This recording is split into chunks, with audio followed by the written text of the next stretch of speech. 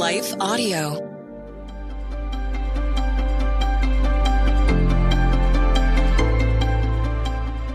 Welcome to the Crosswalk Devotional. We're glad to have you listening with us. Today's topic is about the gifts and what God may be withholding from you. We'll return with the devotional after a brief message from our sponsors.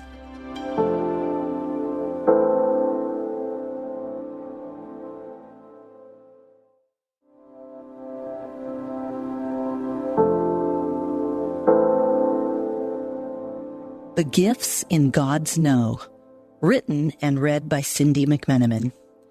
No good thing will he withhold from those that walk uprightly.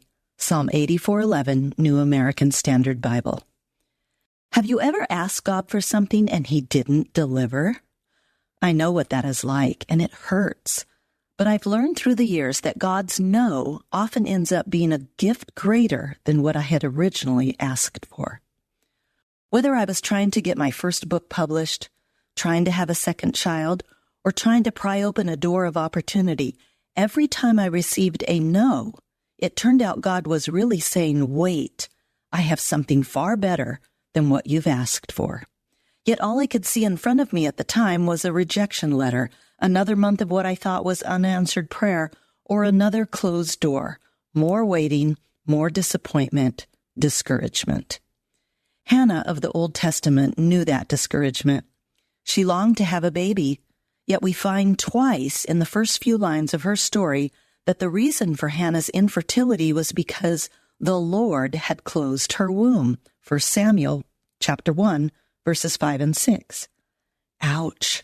I would feel so much better if that verse gave us a reason like, because Hannah wasn't emotionally prepared for a baby, or because having a child would have broken Hannah's heart, or even because Hannah could not have survived the birth of the baby. But that verse specifically tells us that the Lord was the one withholding from Hannah the one thing she wanted most in life. And that verse didn't tell us why. We'd like to think God is behind only the blessings we receive, and that he would never allow or even arrange difficulties to come our way. Yet that is one of the primary ways he awakens our need for him and draws us closer to himself. Hannah became so desperate to have a son that she poured out her heart to God in prayer, promising to give her son back to God if he were to finally give her one. It was then, after Hannah came to that place of complete surrender, that we read God's gracious yet timely response. And the Lord remembered her. It came about in due time, after Hannah had conceived, that she gave birth to a son.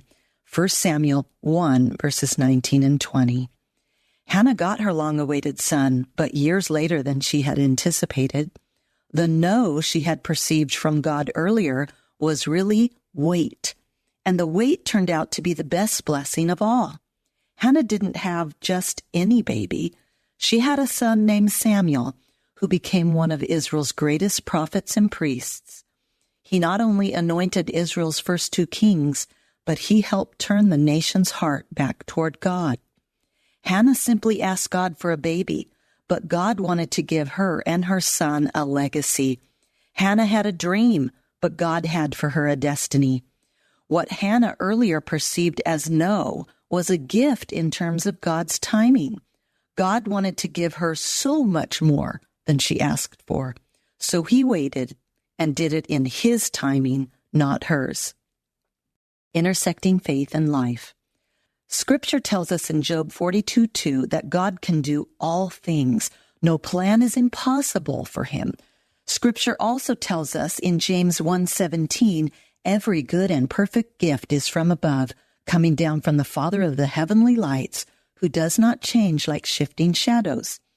So if every gift is from God, and you're praying for something that is not arriving, God is the one who, for some reason, is deciding to withhold that gift.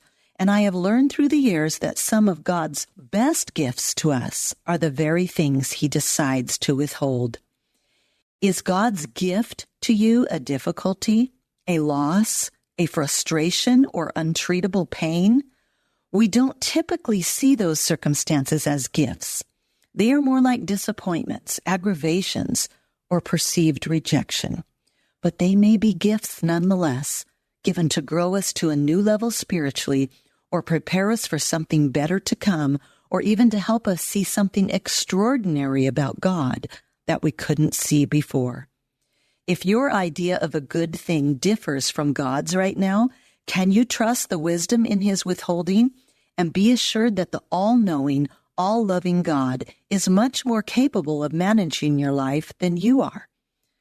God, thank you for the times you withhold your blessings out of a desire to bless me from another angle or in a different way.